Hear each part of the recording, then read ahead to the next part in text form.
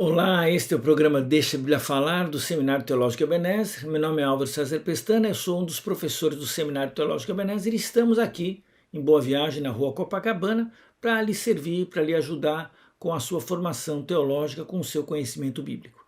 Se você quiser uma cópia gratuita deste material, deste programa de hoje, ligue para a gente e nós vamos providenciar para que você receba gratuitamente o esboço, um transcrito desse material que estamos passando nesse programa.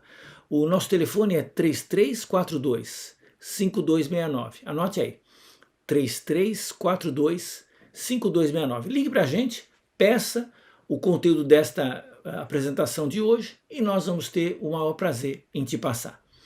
3342-5269, não deixe de fazê-lo. E aí nós vamos ter essa alegria de que você receba o material para seu estudo próprio ou para você até passar para outras pessoas. Qual é o sentido do Natal? Essa pergunta sempre vem, não é? Especialmente quando chega perto de dezembro, as festas de Natal, começa o pessoal a pensar o que é, o que foi. E tem muita história verdadeira, tem muita história que é lenda, que já alguém aumentou alguma coisa, tem personagens que foram associados a Natal que tem pouca coisa a ver com a Bíblia, e aí é uma mistura. Então, qual é o sentido do Natal? O melhor lugar para descobrir isso é a própria Escritura Sagrada. Como a gente costuma dizer aqui, deixar a Bíblia falar, né? Deixa a Bíblia falar sobre esse assunto. O Evangelho de Lucas é um evangelho que narra com detalhes muitos fatos a respeito do Natal. E o Evangelho de Lucas, conforme o capítulo 1, versículo 4, foi escrito para que você tenha plena certeza das verdades em que foi instruído. Ou seja, o primeiro leitor tinha o Evangelho como um material que ia dar certeza daquele assunto e hoje nós ganhamos com isso também, porque a certeza antiga serve para nós hoje também.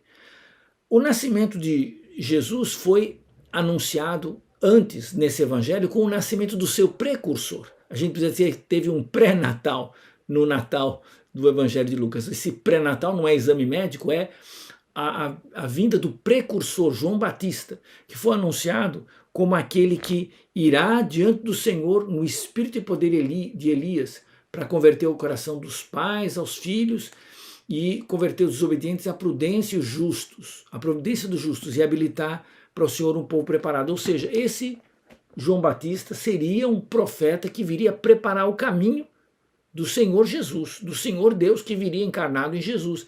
Então, essa história do Natal, do Evangelho de Lucas, começa anunciando que o precursor, João Batista, está preparando o caminho para Jesus, mas o próprio Jesus vem mesmo, né?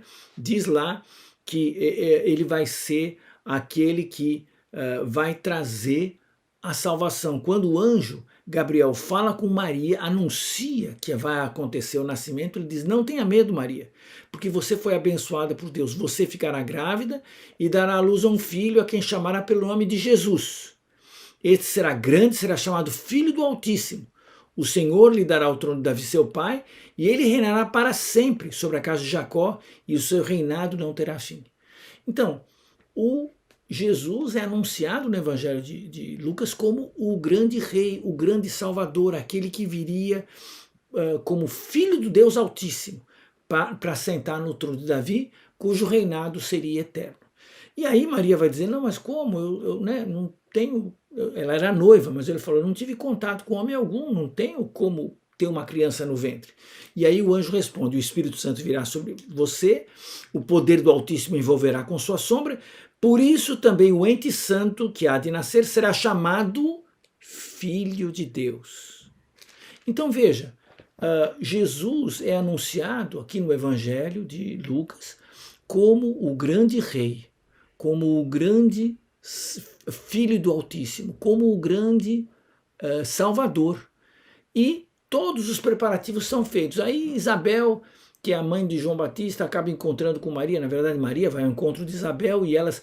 Até há uma confirmação, porque Isabel, no momento que encontra Maria, ela fala justamente exaltadamente desse menino que está para nascer, né? Reconhece que Maria tem no ventre o Salvador do mundo. Mas justamente o Evangelho de Lucas vai no capítulo 2 falar do nascimento próprio de Jesus. No capítulo 1 ele termina de falar do nascimento do João Batista, Mas o nascimento de Jesus vem no capítulo 2. E aquela história de que José e Maria tinham que sair da sua cidade, Nazaré, para ir para a cidadezinha de Belém, onde eles tinham que fazer o registro do censo romano no nome da família deles, porque eles eram descendentes de Davi, tanto o próprio José como a Maria. Ambos eram da linhagem do rei Davi e eles tinham que ir à cidade de Belém. Então, eles foram para lá, mas lembra, a cidade estava cheia de pessoas, porque justamente muitos vieram para fazer esse recenseamento. E aí não tinha lugar para eles naquele quarto especial, que nas casas pobres da Palestina, às vezes tinha um quarto separado, que era o chamado quarto de hóspedes. E não tinha lugar para eles naquele quarto, provavelmente já estava ocupado. Então, Jesus nasceu ali na área comum da casa. O pessoal costuma dizer, não, mas não foi na manjedoura, não foi na caverna, então isso é uma má interpretação do ambiente histórico-cultural do mundo antigo. Nós é que entendemos que os animais, né, estão na manjedoura, porque Jesus foi, estão no curral, digo, porque Jesus foi posto numa manjedoura, né, num coxo de dar alimentação para animais, mas na Palestina antiga, esse tipo de coxo de animal fica na sala das pessoas, porque de noite as pessoas recolhem os seus pequenos animais para dentro da casa, né? E dorme todo mundo junto ali. Por quê? Porque além da proteção, quando é frio, o animal ajuda a esquentar a casa, né? E lá fora é muito frio, o animal pode morrer de frio lá fora. Então, Jesus nasceu não numa caverna, como diz algumas tradições, ou num estábulo, como a gente ocidental costuma dizer, mas numa casa de gente simples, uma casa comum. Não tinha espaço naquela quarto de hóspedes, que a palavra é traduzida às vezes nas versões como não havia lugar para eles na hospedaria, mas é uma tradução errada. A tradução correta é não havia espaço para eles no quarto de hóspedes. Então a Maria teve Jesus na sala da casa, aquela sala comum, que era um cômodo só e todo mundo vivia ali. Mas Jesus nasceu no meio do povo comum, no meio da gente, no meio das pessoas. E até os animais que estavam ali eram justamente as propriedades dessas pessoas dessa casa simples e testemunharam a vinda do Salvador. Mas aí naquela noite mesmo, anjos anunciaram lá aos pastores no campo que o Messias, o Salvador, tinha nascido. E esses pastores vêm e vão visitar o menino Jesus recém-nascido. Esses sim chegam com Jesus recém-nascido. Há uma confusão histórica, o pessoal lembra aquela história do Evangelho de Mateus, dos chamados reis magos. Eles não eram reis, né? E nem eram três, mas eram chamados três reis magos. Até o pessoal inventou uns nomes para eles, né, que não estão na Bíblia. Mas na verdade aqueles magos do Oriente, aqueles religiosos, vieram muito tempo depois. Eles chegaram quando Jesus já estava morando numa residência, numa casa, lá em Belém, e tanto que quando eles fogem, o Herodes manda matar as crianças de 2 anos para baixo, para garantir que ia pegar Jesus. Então, certamente tinha passado um bom tempo até que eles conseguissem chegar. Mas aqui, em Evangelho de Lucas, os pastores não. Os anjos, na noite de Natal, anunciam a chegada do Messias. E os pastores vão naquela noite encontrar o menino naquela casa de família, enrolado numa espécie de roupinha simples, né? E ali ficando sendo cuidado, né? Por aquela família simples no meio da sua pobreza. Então, os pastores vêm e fazem essa visita mostrando que Jesus, as primeiras testemunhas de Jesus foram as pessoas mais simples. No mundo antigo, os pastores eram pessoas, os pastores de gado, de ovelha, eram pessoas consideradas sem nenhum valor. Inclusive, em termos judiciais, em termos jurídicos, eles eram pessoas desprezadas pelo direito na época. Por quê? Porque eram pessoas simples que viviam fazendo um serviço, vamos dizer, braçal, um serviço de empregado, né, lá no campo. E como havia sempre acidentes, animais se perdem, animais morrem, lógico, devia ter alguns desonestos que matavam o animal e comiam e faziam alguma coisa. Então, o pastor de ovelhas era considerado uma profissão desprezível, uma profissão sem valor. Agora, foram eles, Foi para eles que os anjos primeiro apareceram. Não foi aparecer no palácio de Herodes, até porque Herodes queria matar Jesus. Não foi aparecer lá no Sinédrio, que eram homens ricos. Não foi aparecer para os eruditos. Apareceu para o povo simples. Isso já é o início do Evangelho. O Evangelho de Jesus é a mensagem de salvação de um Salvador glorioso, de um Rei celeste que veio para o meio dos homens na maior humildade, na humildade daquela casa simples, que nem conseguiu dar para eles o conforto de um quarto de hóspede especial. Maria teve Jesus ali no meio da sala da casa. E o primeiro bercinho de Jesus não foi uma cama com rendas ou abordada em ouro, mas foi o coxo dos animais que dormiam junto com os proprietários dentro daquela casa. E assim, então, o evangelho da história de Jesus inicia trazendo para nós pensarmos nisso.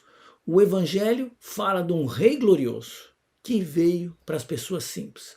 Fala do rei do universo que, ao invés de sentar num trono de ouro, se deita numa manjedoura de madeira e palha. E, desta forma, Jesus está buscando não destruir os conceitos, muitas vezes equivocados de valores, mas valorizar aqueles que o mundo, por ganância, por objetivos escusos, desvaloriza. Jesus vem como o humilde salvador dos humildes. E é por isso que é muito difícil, com orgulho, com posturas arrogantes, conseguir se tornar um discípulo de Jesus. Jesus vem como salvador daqueles que com humildade reconhecem, sim, a sua falta de valor, o seu pouco poder, mas que se colocam na postura de acolher, de aceitar essa ação de Jesus.